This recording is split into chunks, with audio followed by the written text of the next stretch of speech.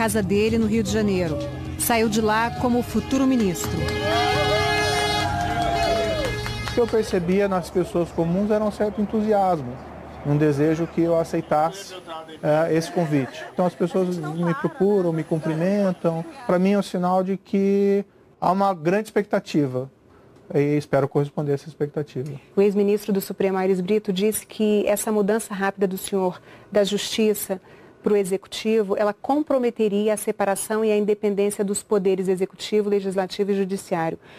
O que o senhor tem a dizer sobre isso? Tenho um grande respeito pelo ex-ministro Aires Brito. Eu acho que a avaliação dele, nesse caso, está equivocada. Existe essa fantasia, né, de que o ex-presidente Lula, que foi condenado por corrupção e lavagem de dinheiro, teria sido excluído arbitrariamente das eleições por conta do processo criminal. Mas o fato é que ele está condenado e preso porque ele cometeu um crime. Mas a defesa do ex-presidente Lula entrou com um novo pedido de habeas corpus pela liberdade dele e pela anulação da ação penal do caso do Triplex. E o principal argumento é de que houve irremediável perda da imparcialidade.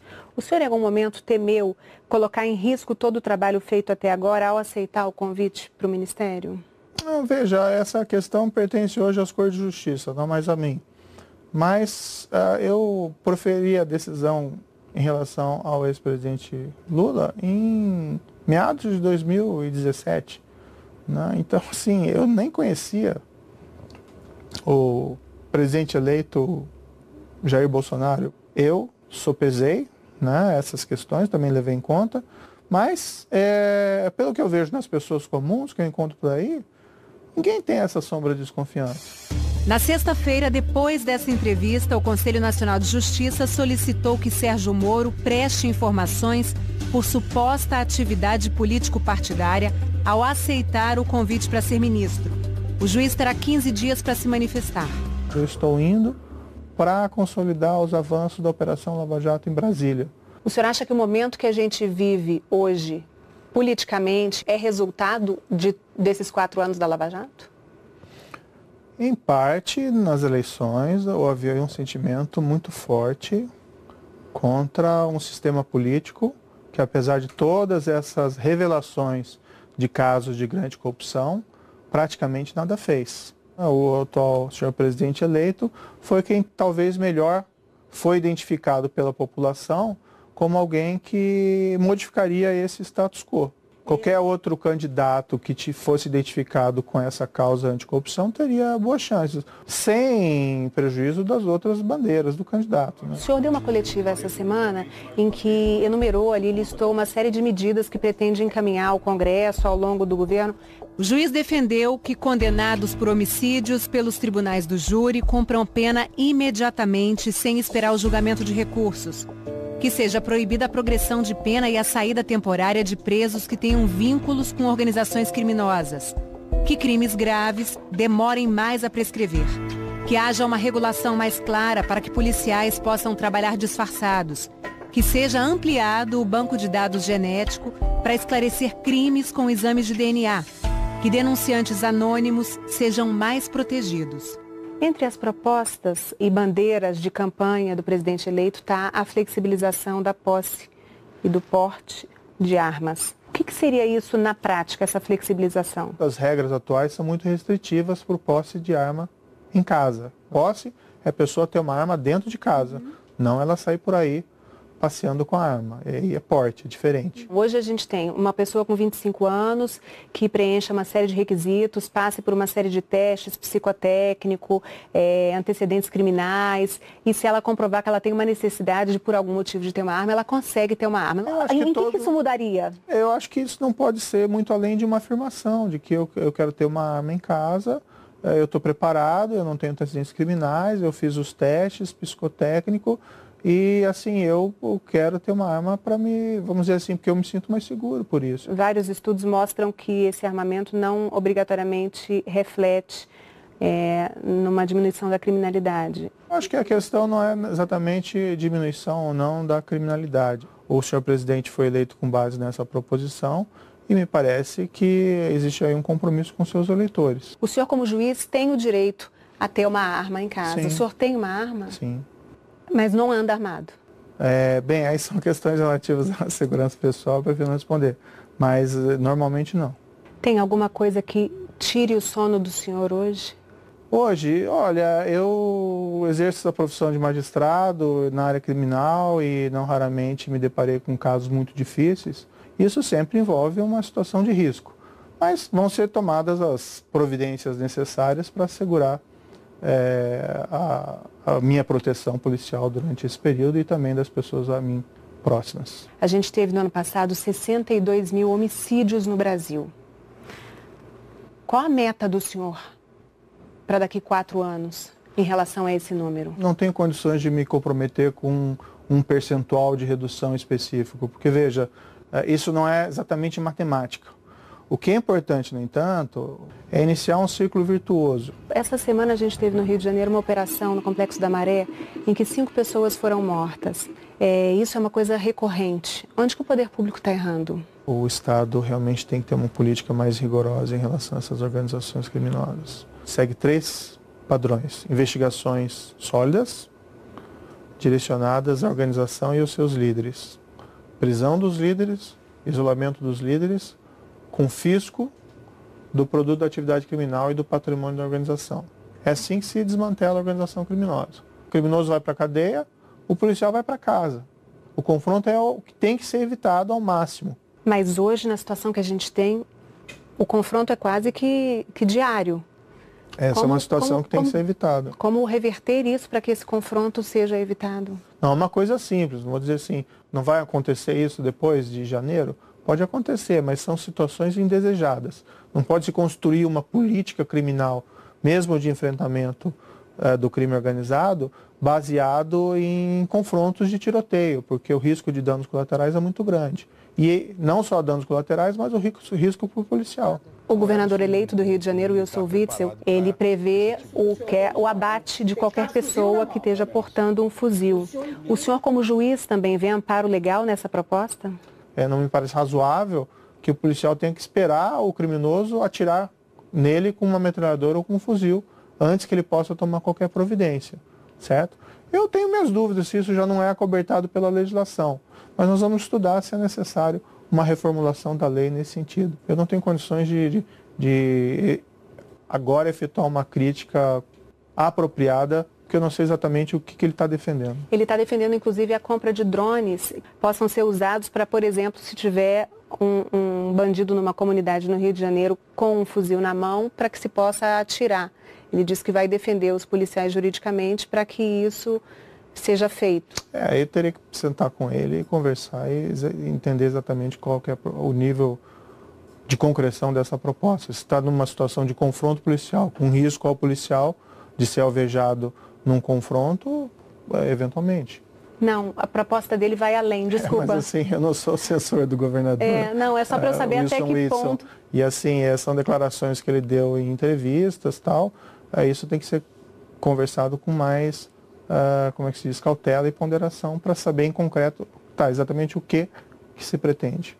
Maioridade penal, redução da maioridade penal. O senhor vê como única possibilidade a redução ou, por exemplo, um aumento da pena que hoje é só de 3 anos? Bem, não existe uma posição fechada do governo em relação a isso, isso é uma questão a ser discutida. Existe uma necessidade de proteger o adolescente, é uma pessoa em formação, é inegável, por isso se coloca a maioridade penal em 18 anos. Mas também, eu acho que é razoável essa afirmação, de que mesmo um adolescente entre 16 e 18 anos já tem a compreensão de que é errado matar. Não é isso que resolve o problema da criminalidade. Mas tem que se considerar a justiça individual. Pense lá numa família que um dos membros foi vítima de um homicídio praticado por um adolescente acima de 16 anos. Então as pessoas querem uma resposta do Estado institucional. E o sistema atual, que prevê sanções muito reduzidas para crimes dessa natureza de gravidade, é insatisfatório. O senhor fez uma defesa enfática das minorias, disse na coletiva que todos terão os direitos garantidos pela lei. O presidente eleito disse que ia botar um ponto final, acabar com qualquer tipo de ativismo. Vamos botar um ponto final em todo o ativismo do Brasil. Muita gente se sente ameaçada. Quais as garantias o senhor pode dar para a comunidade LGBT, para negros, mulheres, de que os direitos não serão retirados, de que essas pessoas não serão atacadas? Eu acompanhei todo o processo eleitoral e eu nunca vi, da parte do senhor presidente eleito, uma proposta de cunho discriminatório em relação a essas minorias. E eu não imagino, de qualquer forma, que essas minorias estejam ameaçadas. O fato da pessoa ser heterossexual, homossexual, branco, negro, asiático, isso é absolutamente indiferente. E nada vai mudar. Eu tenho grandes amigos que são homossexuais. Algumas das melhores pessoas que eu conheço são homossexuais. E não existe nenhuma perspectiva de nada que seja discriminatório a essas minorias. O governo tem que ter uma postura rigorosa contra crimes em geral, mas também em relação a crimes de ódio. Eu não poderia ingressar em qualquer governo se houvesse alguma sombra de suspeita que haveria alguma política dessa espécie. Outra questão de honra para o futuro ministro é o combate à corrupção. Se um ministro vier a se envolver em alguma denúncia de corrupção, ele será afastado? O senhor defende o que nesse caso? Se a denúncia for consistente, sim. Mas qual é o critério jurídico para a gente definir uma denúncia como consistente ou não? Tem que ser avaliado. Eu acho que é uma falácia, muitas vezes, que o senhor viu no passado. Tem que esperar o trânsito em julgado. O que o senhor defende? Se virar réu? Não, eu defendo que, em caso de corrupção, se analise as provas e se faça um juízo de consistência, porque também existem acusações infundadas, as pessoas têm direito de defesa, mas é possível se analisar desde logo a robustez das provas e emitir um juízo de valor. Não precisa esperar as cortes de justiça proferir o julgamento. E aí esse juízo de valor seria dado por quem? O senhor, como ministro da Justiça, iria analisar e fazer esse juízo de valor para aconselhar o presidente a demitir o ministro em questão? Provavelmente. Ou algum outro conselheiro, do que me foi assegurado, e é uma condição, não é bem uma condição, não fui lá estabelecer condições, mas eu não assumiria um papel de ministro da Justiça com risco de comprometer a minha biografia, o meu histórico. E isso foi objeto de discussão e afirmação do senhor presidente eleito, que ninguém seria protegido, né, se surgissem casos de corrupção dentro do governo. Do futuro chefe da Casa Civil do governo Bolsonaro, deputado Onyx Lorenzoni. Ele admitiu no ano passado ter recebido R$100 mil por Caixa 2 para a campanha eleitoral. Ele afirma que já doou metade do valor para a Santa Casa de Misericórdia de Porto Alegre e que em breve doará a outra metade. Sérgio Moro diz que o deputado já pediu desculpas e que atuou a favor da aprovação de medidas anticorrupção no Congresso. Em 2017, o senhor disse que políticos não têm interesse em combater a corrupção. Como é que o senhor pretende fazer essa negociação com políticos que por muitas vezes, vão estar sendo aí investigados ou sendo réus em processos justamente de corrupção? Eu fiz essa afirmação em um contexto muito respeitoso. Apesar de todas as revelações desses crimes de corrupção, não vi iniciativas significativas, com todo respeito, por parte do nosso Congresso Nacional. Agora existe um outro contexto. Em todo, principalmente início de governo, existe um frescor, uma abertura de diálogo ao Congresso. Daí vamos tentar negociar dentro daquele espírito republicano de fazer o que é melhor para o país do que fazer do que é melhor para as pessoas. Negociar. Nasce um político aí dentro? Até alguns me criticaram por assumir esse cargo, afirmando que eu havia traído um compromisso que afirmei no passado numa entrevista de São Paulo, que jamais entraria para a política. Eu posso estar sendo ingênuo, mas eu estou sendo absolutamente sincero quando afirmo, na minha visão, eu estou assumindo um cargo para exercer uma função predominantemente técnica. Eu não me vejo num palanque ou candidato a qualquer espécie de cargo em eleições. Isso não é a minha natureza. Há 4 anos, se alguém dissesse, o senhor vai ser ministro da Justiça daqui a 4 anos, o senhor concordaria com isso? Não, de forma nenhuma. A Operação Lava Jato, ela começou pequena, ninguém tinha ideia da dimensão que aquilo ia tomar. No fundo, foi meio um efeito bola de neve. Jamais poderia cogitar que haveria essa possibilidade de assumir essa posição. Então, o senhor há de concordar comigo que o senhor também não pode dizer que daqui a 4 anos não será, por exemplo, candidato à presidência da República? Não, eu estou te falando aqui, não você. Eu não sou um político que minto, desculpe, com todo respeito aos políticos, né? Existem bons e maus políticos, mas existem maus políticos que às vezes faltam com a verdade. Eu não estou faltando com a verdade. Mas o senhor então é um político do tipo que não mente? Não, eu sou uma pessoa, na minha perspectiva, eu estou indo assumir um cargo predominantemente. Não, é porque foi o senhor que falou, eu não sou um político que minto. Não sou nenhum político e não minto. Eu acho que a profissão da política é uma das mais nobres que existe. Você receber a confiança da população, do voto. Às vezes essa confiança é traída, mas é uma das mais belas profissões. Não tem qualquer demérito nisso, é só uma questão mesmo de natureza e perfil. O senhor mais de uma vez já falou que vai estar subordinado à palavra final, que é do presidente eleito Jair Bolsonaro. Se chegar numa hora em que vocês divergirem em absoluto?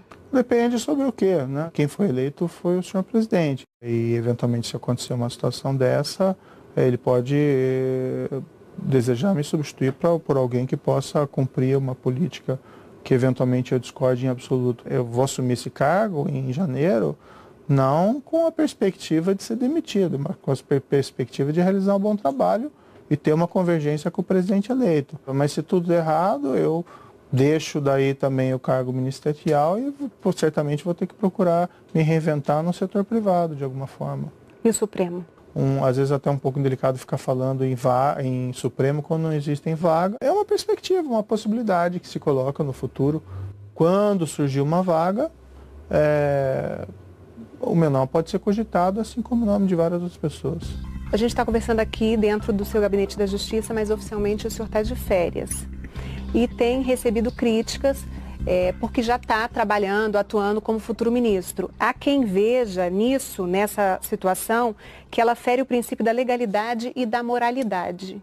O que o senhor tem a dizer sobre isso? Olha, eu já anunciei publicamente